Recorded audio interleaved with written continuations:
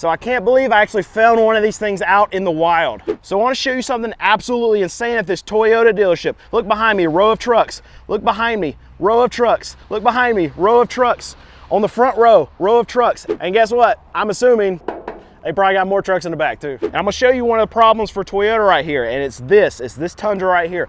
Walk around it, it's a super nice truck, looks fantastic. There you go right there, but here's the price on it. Here's the price, $84,000. This is a problem that we're seeing at all auto manufacturers. Even here at Toyota, one of the most sought after brands across all auto manufacturers. So Toyota's stock has dropped about 20% in the last month, but it's not just Toyota's fault, and I'll talk about that in a little bit later. So typically in this parking lot right here, you would have your RAV4s, you would have Camrys, you would have a lot of other vehicles that they're selling, Corollas, but right now, it is absolutely just jam-packed full of Tundras, Tacomas. We got one Crown sitting right here. I got one RAV4 sitting right there, but everything else in this lot, absolutely just Tacomas, Tundras, these high-priced trucks. This is what's happening right here at this Toyota dealership. All right, so seemingly hidden amongst all of these Tundras and Tacomas, we do have a RAV4 right here. So I do want to check this thing out.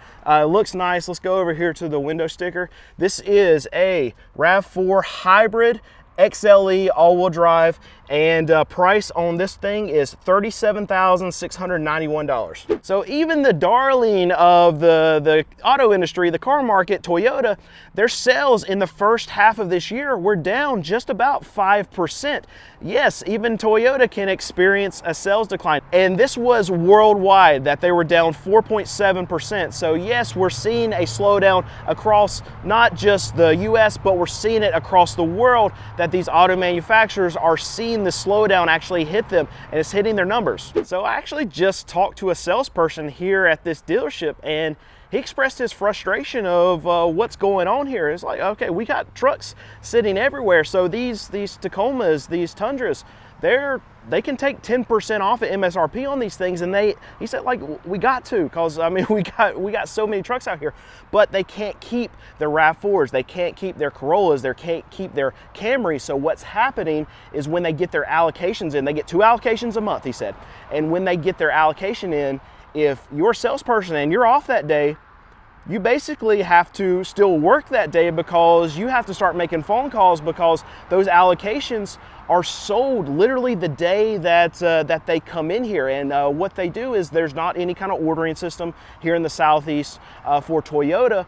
What basically is there's a wait list. So these consumers that are on the wait list that want that Corolla, that want that RAV4, that specific trim level, that interior, whatever, that salesperson has someone on their list, and if that vehicle comes in on that allocation, they need to get that thing sold that day, because there are also other salespeople that have customers on their list. So those allocations get snapped up just like that. And that's showing you exactly what the market's going to. So this Toyota dealership, they cannot keep these Corollas, these RAV4s, these Camrys, these cheaper end of the vehicles that they actually sell. They can't keep those. So these salespeople are having to fight for these sales, because they have customers that are ready to go. But guess what these customers don't want? They don't want these trucks, and it's very frustrating for these salespeople. That's something that we're seeing in the market across all auto manufacturers right now. The high grossing, the high margin products like these Tundras aren't moving, and they have way too many of them. All right, so check this out. You can't find these things anywhere, but these are the new Land Cruisers. There's not another one out here at this dealership, but one exists. It's actually for sale, and it's absolutely insane. But I want to show you what they're actually selling it for. So this is the Land Cruiser. It's a 1958 edition. It's 4-wheel drive wagon hybrid, and the price here is $61,585. They have a little bit of add-ons here, but it's only $500.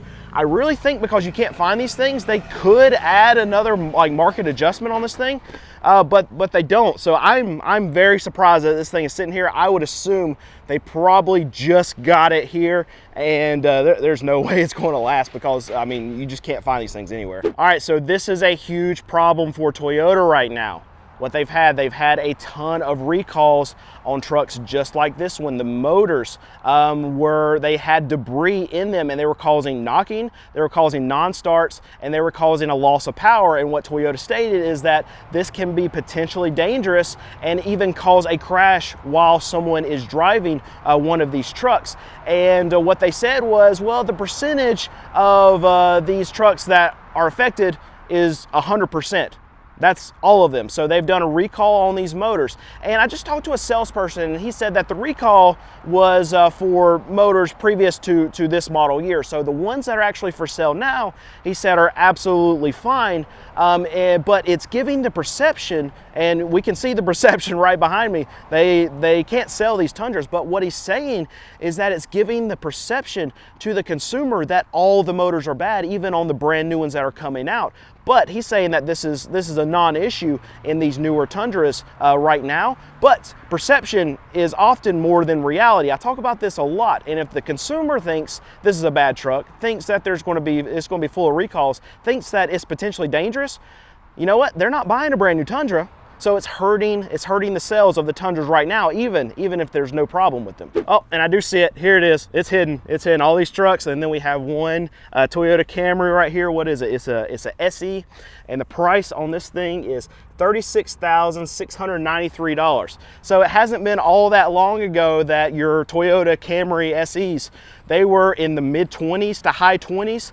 That's what, 4 or 5 years ago maybe. But this is where the prices have gone, even for the cheaper models of these vehicles. And that's the Toyota Camry. It's not one of these big trucks. It's not going to be $40,000, $50,000, but the cheaper end, the Corollas, the Camry's still very expensive now. All right, here's another RAV4. I wanted to check it out while we're here because there's not a lot of them, so we got to check the ones that we see, right? This is the second one I've seen out on this lot. It is a LE all-wheel drive, and it is $32,900. And one thing that they did say is that they're anticipating that their material costs are going to go up, and also their labor costs. And this is one thing that GM also cited in their earnings call, and it's a big headwind for them going forward. And once the stock market heard this, their stock price started to go down on GM side. So this is something that looks like it's going to be industry-wide if Toyota is anticipating that's going to happen, and also GM. So this is another element of inflation that we're not really seeing in CPI, where these companies are having to pay their workers more, and then on top of that, they're anticipating that their materials to actually build these vehicles are also going to go up. So that's a big headwind for not just Toyota, but the auto industry in general. I just talked to 2 other sales guys walking by me. He's like, "You need help?" I said, "No, I'm doing this YouTube thing." They're like, "Oh yeah, what, you want a truck? Just take it. We'll give you the keys." We got enough of it. You're not going to have to pay any add-ons. You're going to get money off. Just come by. If you want one of these trucks, you can get a deal here. Just these salespeople, oh, very funny. There's no secret. I mean, they're not hiding anything. They're like, yeah, we got too many of them. We need to get rid of them. It's a problem. It's a problem. All right, so let's check out one of these Tacomas here. I like this. I like this hood scoop. Usually I don't, but this one looks pretty cool. I like the front end of it, the wheels, everything looks nice on this. I like this. So here we go. MSRP on this, well, Toyota does it different. It's total suggested retail price, so TSRP.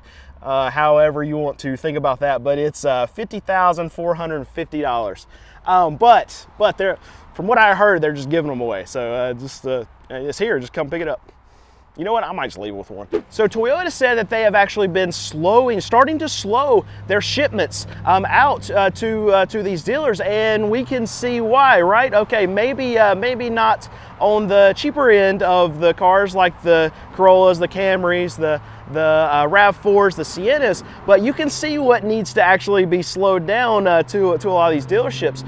And this is what's really weighing down on the stock, because yeah, we have Toyota, which is the most sought after brand seemingly in the US, but we're starting to see sales decline. So they were the last to actually get their production in order to get vehicles out to dealers to be able to sell them.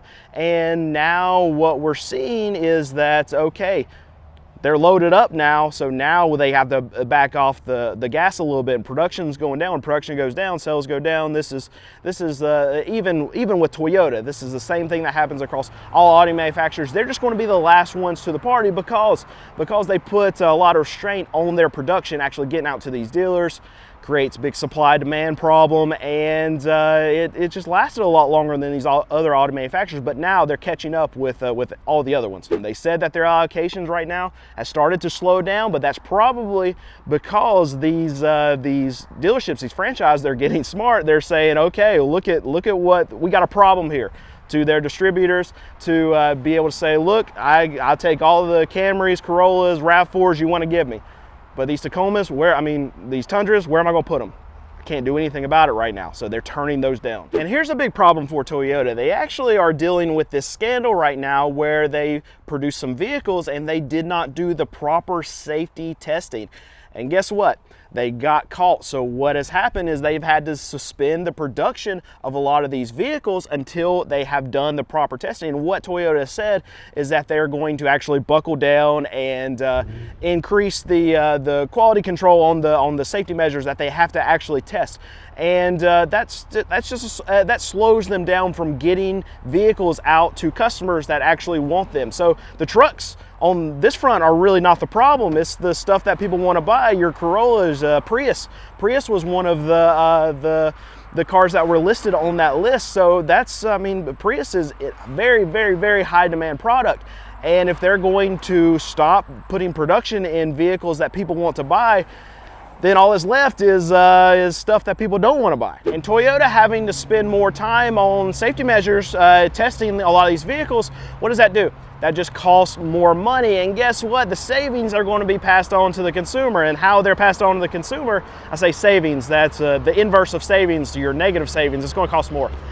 So that gets passed on to the MSRPs going up to these dealers, and then these dealers, they add on their whatever they want to add on, because they're got to make money too. So at the end of the day, the customer is going to be paying for all of this extra testing that Toyota should have done in the first place. All right, so if you've made it this far in the video, you're probably okay with me going a little bit further in depth in some of Toyota's situation where their stock has really been hammered quite a bit, but it's not just Toyota's fault. So I want to actually pull this up and show you. So what has happened is that the Japanese stock market over the last month has crashed. So Toyota, being a Japanese company, is going to go with it. So on August 5th, you see that Japan's stock market actually went down the most that it has ever fallen in one day, and it lost 12% just in one day. And I want to pull up Toyota's stock price here. So you can see from Wednesday, July 31st to Monday, August 5th, Toyota's stock went from 193 all the way down to 168. And really what happened? So I'm a used car dealer. I'm not a financial advisor. I'm not a stock market expert by any means, but I can try to explain what happened. And I'm sure in the comments you'll let me know where I'm wrong. But just for those of you who do not pay attention to financial markets, I'm gonna try it. So we have the Japanese carry trade that has been unwound in the global economy. So what happens for this trade? And when I say trade, money moving throughout the markets. So investors with lots and lots and lots of money, what they've done for a very long time is they've gone to the Japanese market and borrowed money against the Japanese currency. So what typically happens is that the yen, the Japanese currency, will stay stable to lose value. So it has been very advantageous for investors to go and borrow money in Japan, where the interest rates were very low and their currency was going down in value. And they take that money that's leveraged up, and then they'll invest it into the U.S. stock market. And what does the U.S. stock market tend to do? Well, it tends to go up. So you have the spread of the U.S. stock market going up, and you have the yen that goes down or stays stable. So that spread is a profit for this investor who is leveraging up in the Japanese currency and then investing it into the US stock market. But recently, what has happened is that the yen has actually gone up in value, and the Japanese have raised their interest rates. So that leads this currency over here to go up, and the stock market at the same time has gone down. So this spread that would typically happen for these investors has actually been inversed. And because all of this money was leveraged up, their margin calls start to happen. What a margin call is when a lender sees a trade going the wrong way, they start calling these loans. They start calling these loans that these investors are having. When they call it, the investors have to pay back that money. And if they don't have just money sitting on the sidelines, then these trades have to unwind. They have to sell a lot of these trades. And this is what's happened in Japan. A lot of these trades had to be sold. That creates more selling pressure, more margin calls, more selling happens. It's a big domino effect. And even the U.S. market got hit the same day that all this trading has gotten unwound. We don't know how big this trade is, and we probably won't know for a while. It seems like all the dust has kind of settled by now, so we're okay. It's not causing a massive global crash or anything like that, but it did hit the Japanese market very, very, very hard, and because of that, Toyota also got hit. But I want to pull up this chart of Toyota over the last, let's see here. There's a month. Pull up 6 months, but I wanted to see this one. So in the last, that's from March, it peaked. Toyota stock peaked at about $255, and it's gone all the way down to about $170. That is a massive loss over this time period. So even Toyota, a company that's done so well, has sold so many vehicles, such high demand, the stock market still not buying it. And it's not really just Toyota's problem. It's the car market in general. If you look at all of these stocks, your Ford, GM, Stellantis, anything that's related to the car market, their stock prices have sold off a lot in the last 6 months, some of them reaching out a year where they've peaked. And it's going to be something that I feel like, in my opinion, is going to continue to go on because the car market is not a good place. And I believe it's going to get worse from here.